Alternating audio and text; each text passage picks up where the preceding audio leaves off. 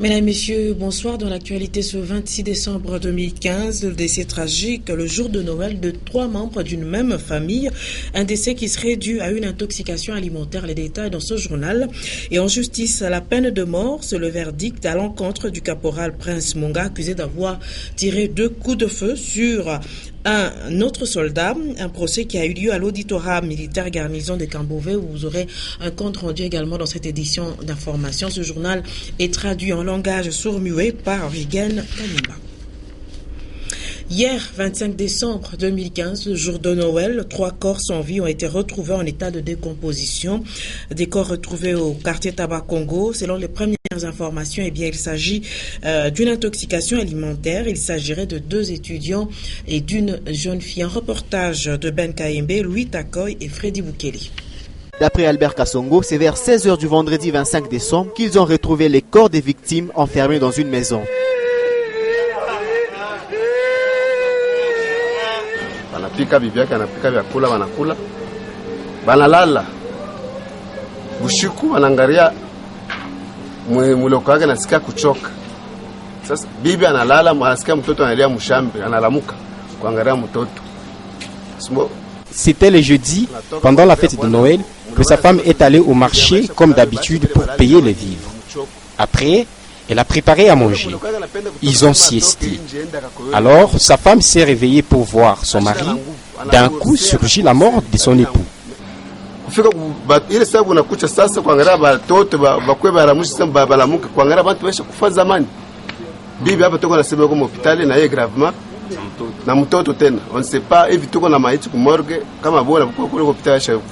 Les hommes seraient les frères et la femme leur nièce. Tous étaient des étudiants.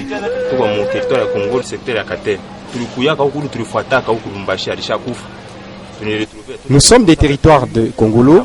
On n'a pas de responsables ici à Lubumbashi. Et nous faisons un appel à l'aide aux autorités.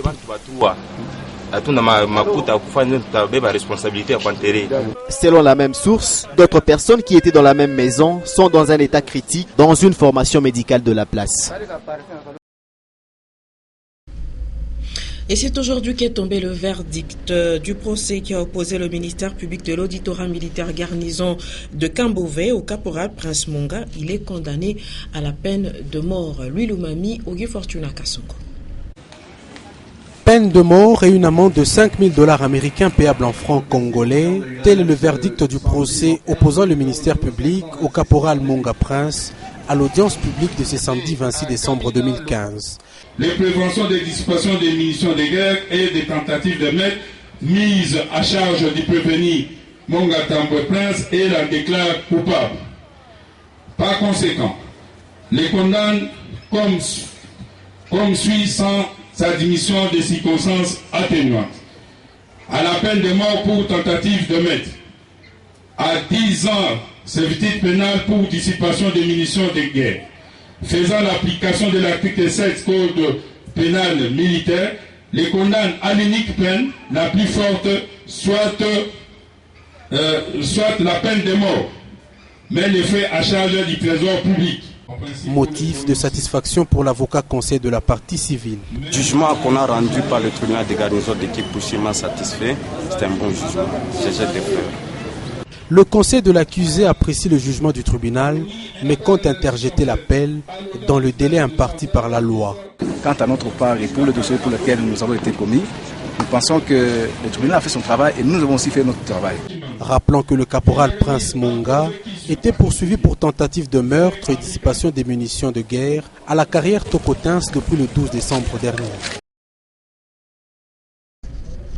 À 40 km de la ville de Kamina, un convoi de 40 camions et près de 600 personnes ont été bloqués dans un véritable bourbier.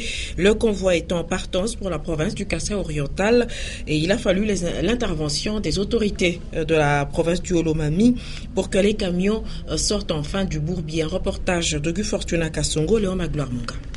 Au total, plus ou moins 600 personnes et plus de 40 camions étaient bloqués dans ce grand bourbier sur la route nationale numéro 1 à hauteur du village Katongola dans la province du Olomami en partance pour le Kasaï oriental. Chargés de diverses marchandises et plusieurs personnes dont les femmes et les enfants, Ce grand camion ont passé près de 3 semaines enlisés dans ce terrain boueux et marécageux. Il faut quand même qu'on arrange quand même les chemins quand même. Ça c'est une route principale qui quitte vraiment, qui cherche jusqu'à l'Afrique du Sud. Mais ça c'est quelles conditions que nous vivons. Alertés par plusieurs cris de secours émis par le passager et équipage de différents convois, les dirigeants de la province du Haut-Lomami ont volé au secours de ces personnes avec les moyens dont ils disposent pour éviter les pires. Des vivres ont été distribués aux personnes qui étaient bloquées sur ces lieux. En outre, une équipe de la SNCC et l'OVD a effectué quelques travaux qui ont permis l'évacuation de ces camions très attendus dans la province voisine du Kasaï oriental.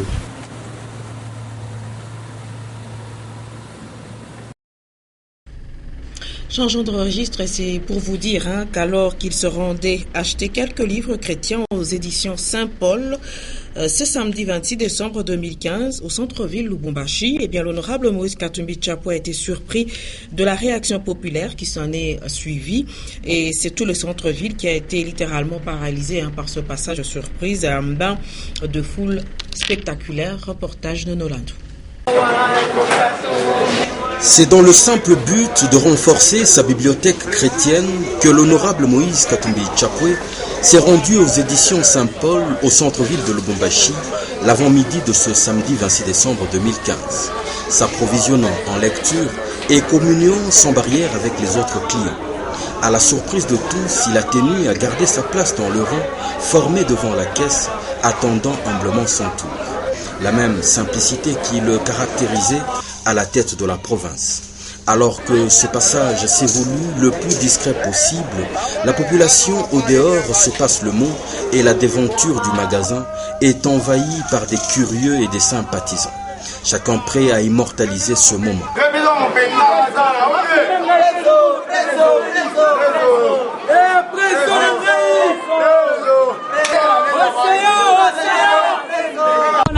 Mina chunga ni mono Osea Katumbi Tshapwe parce que ça fait longtemps tumanke sana hivi tunamwona kwetu ni surprise parce que kwanza kuanzia kama tutamwona leo ni surprise kwetu sana Katumbi l'homme de la paix wa mwachi atukufete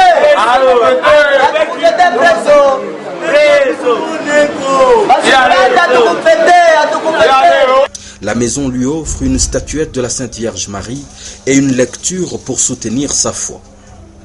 Pour le remercier d'avoir réglé les factures de tous les clients, il se voit gratifié d'un paquet de biscuits par un jeune enfant. Au dehors, la patience de la foule finit par payer car le chairman reprend enfin la porte de sortie.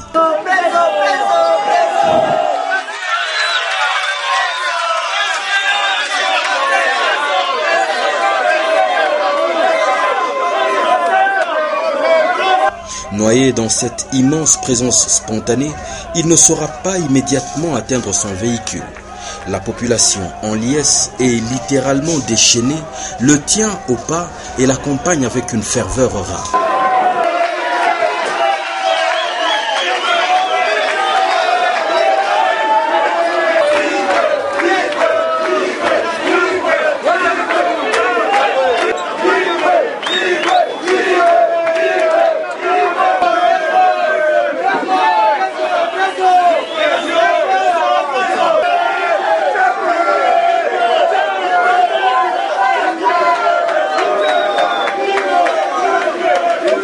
L'on se croirait un jour de grand défilé.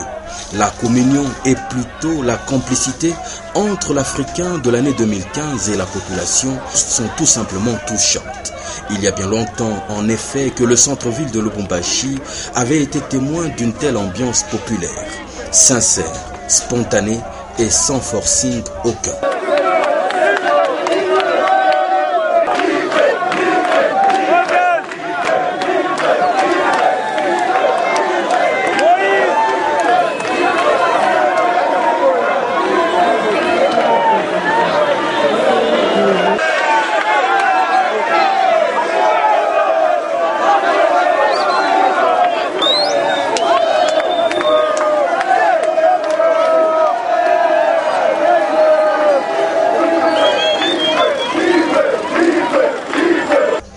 chairman est tout simplement conduit par les vagues de la foule qui elle-même assure également sa sécurité.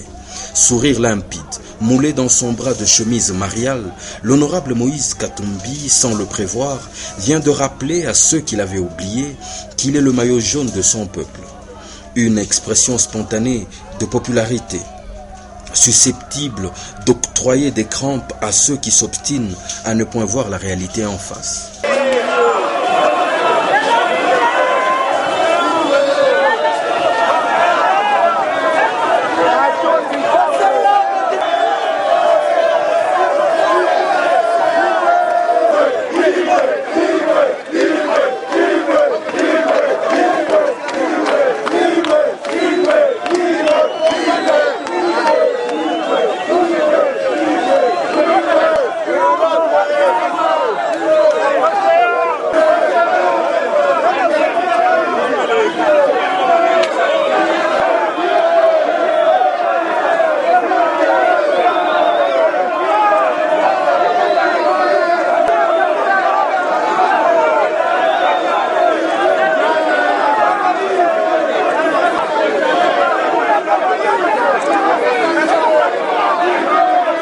Craignant de provoquer une catastrophe humaine, le chairman est obligé de se réfugier dans un supermarché.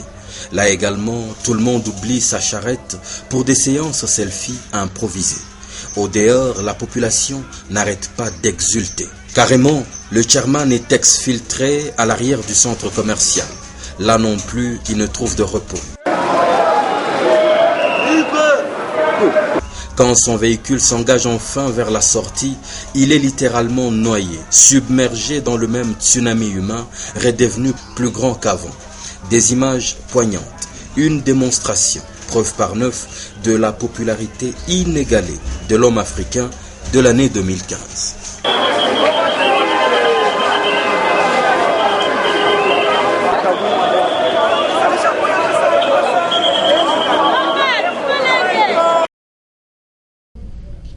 Et l'on va parler infrastructure routière dans quelques quartiers de la ville de Lubumbashi. L'avenue du Carmel dans les quartiers Gambela 2 et Kaloubwe est impraticable en ce moment, une situation qui rend difficile la bonne circulation de personnes et de leurs biens. Gracia Kasulangana, Séverin Katamboa, Sylvie Moussa. L'avenue du Carmel est parmi les plus importantes du quartier Gambela 2 et Kaloubwe. Sa largeur varie, elle est normale à certains endroits et petite à certaines autres. Elle est également traversée par d'autres avenues secondaires asphaltées, notamment l'avenue Kassangoulou et Biaï. L'on constate sur l'avenue du Carmel les nids de poules et le bain des cochons qui se multiplient. La route n'est pas facilement praticable.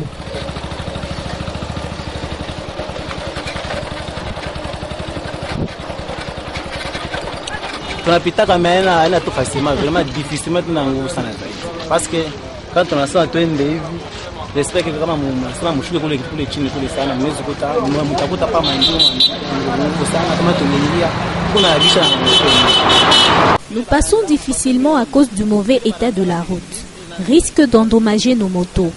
Tel que Kassangoulou avait été réhabilité, il a fallu faire de même pour l'avenue du Carmel parce qu'elle est trop fréquentée et très importante. Pour arranger que tout pas inafika kule comme ça on est pas bien satisfait. On a que na mvula hii tellement quand on veut continuer tout ça na zaidi watu wanaweza kuanza kuamka na moto sana et puis wamingi wanaweza wando shinda kutembea parce que manjimu kama ile mvula inapiga manjimu moto wanapamba.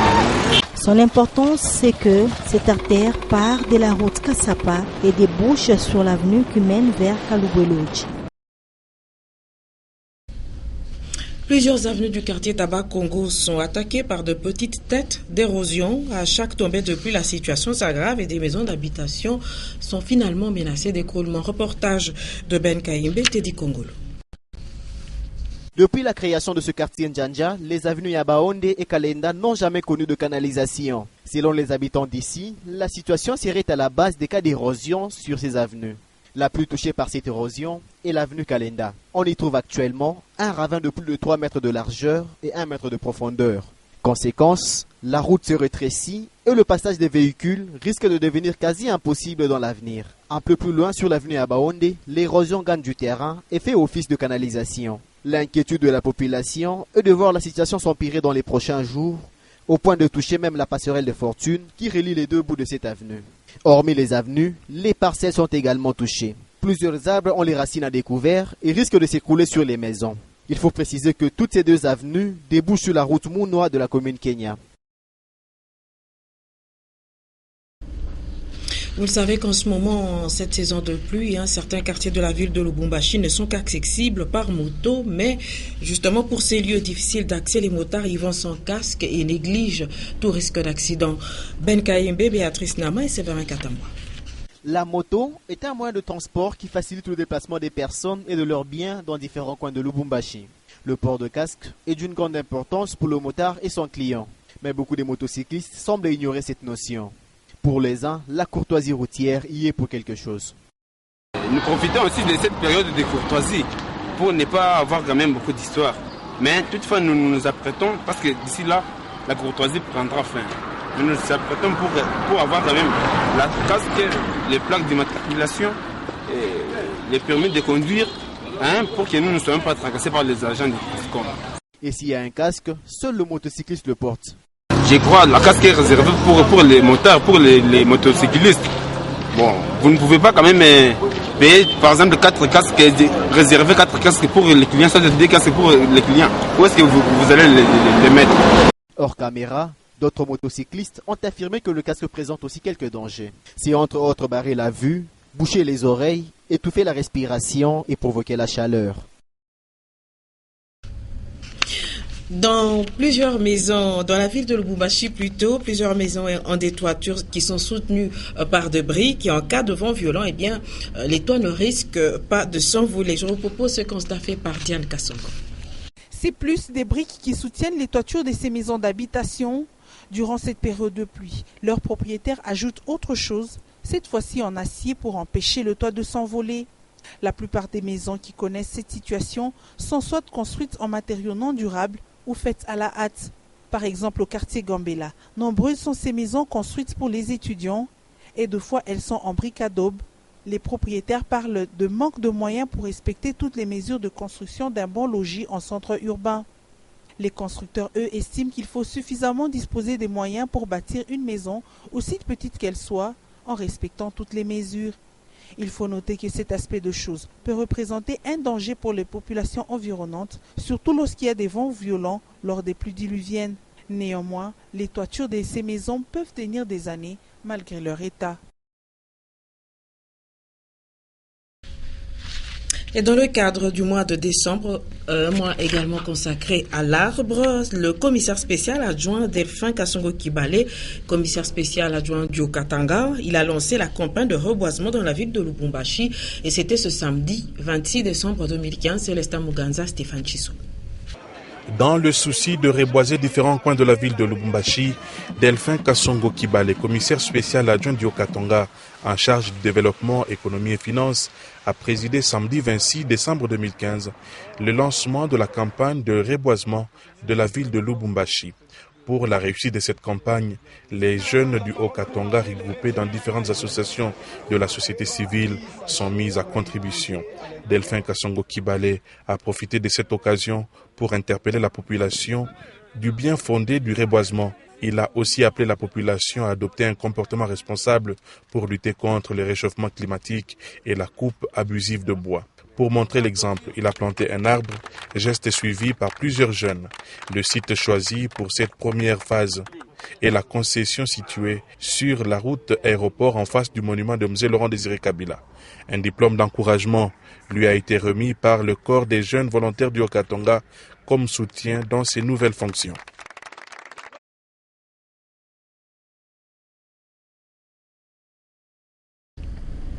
Mesdames et messieurs, nous allons parler sport. Il s'agit de la Ligue nationale de football. Le FC Saint-Éloi Lupopo a été auteur d'une très bonne prestation ce samedi 26 décembre au stade Kibasa Maliba. Les Cheminots ont écrasé Océan Pacifique de Mbujimaï sur la note de 6-0.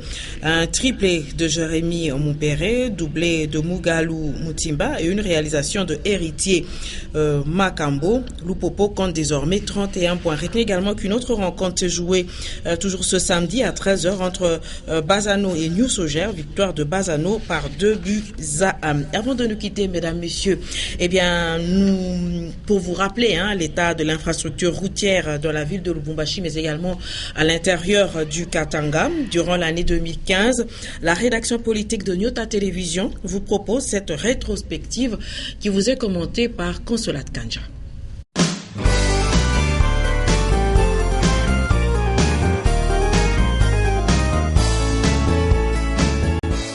L'année 2015 aura également été marquée par quelques réalisations dans le domaine des infrastructures routières à travers le Katanga démembré. Commençant par la ville de Lubumbashi, l'élargissement du boulevard Moussiri est arrivé à son terme tout en étant doté d'une passerelle au niveau du marché rail.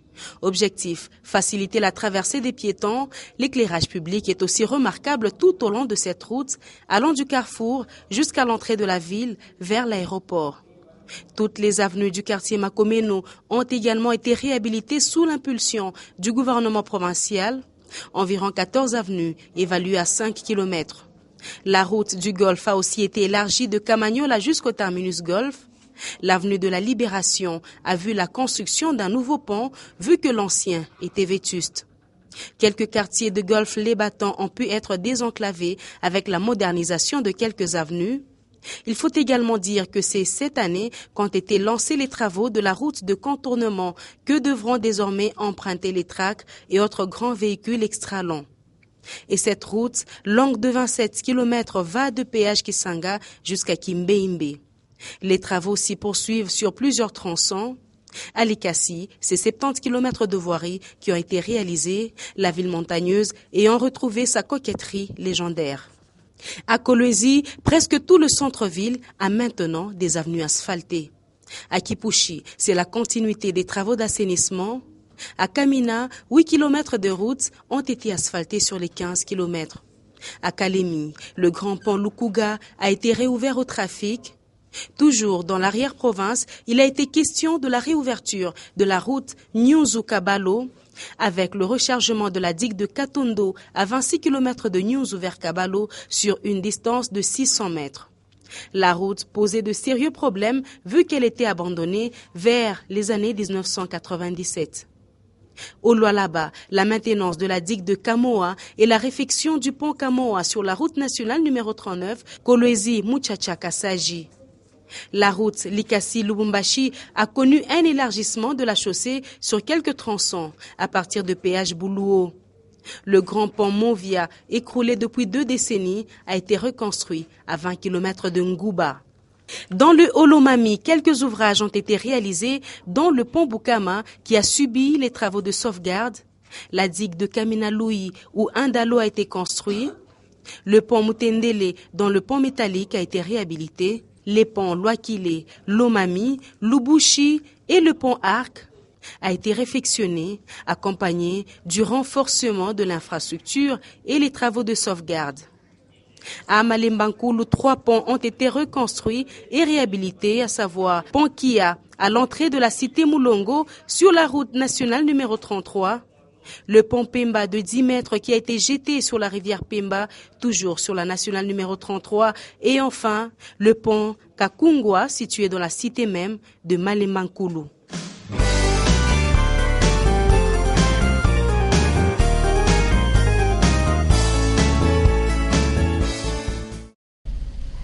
Mesdames, Messieurs, c'est ainsi que s'achève cette édition d'information. Je vous rappelle pour l'essentiel ce 26 décembre 2015, dans la une, à la une de l'actualité, donc le décès tragique le jour de Noël de 3 membres d'une même famille, un décès qui serait dû à une intoxication alimentaire. Et retenez sur le plan de la justice la peine de mort, le verdict à l'encontre du caporal Prince Monga, accusé d'avoir tiré 2 coups de feu sur un autre soldat. Le procès a eu lieu à l'auditorat militaire garnison de Cambo. Vous ne nous quittez pas juste après cette édition d'information. Vous pourriez suivre en page magazine le shopping de l'honorable Moïse Katumbi Chapwe. Un shopping s'est finalement transformé en bain de foule.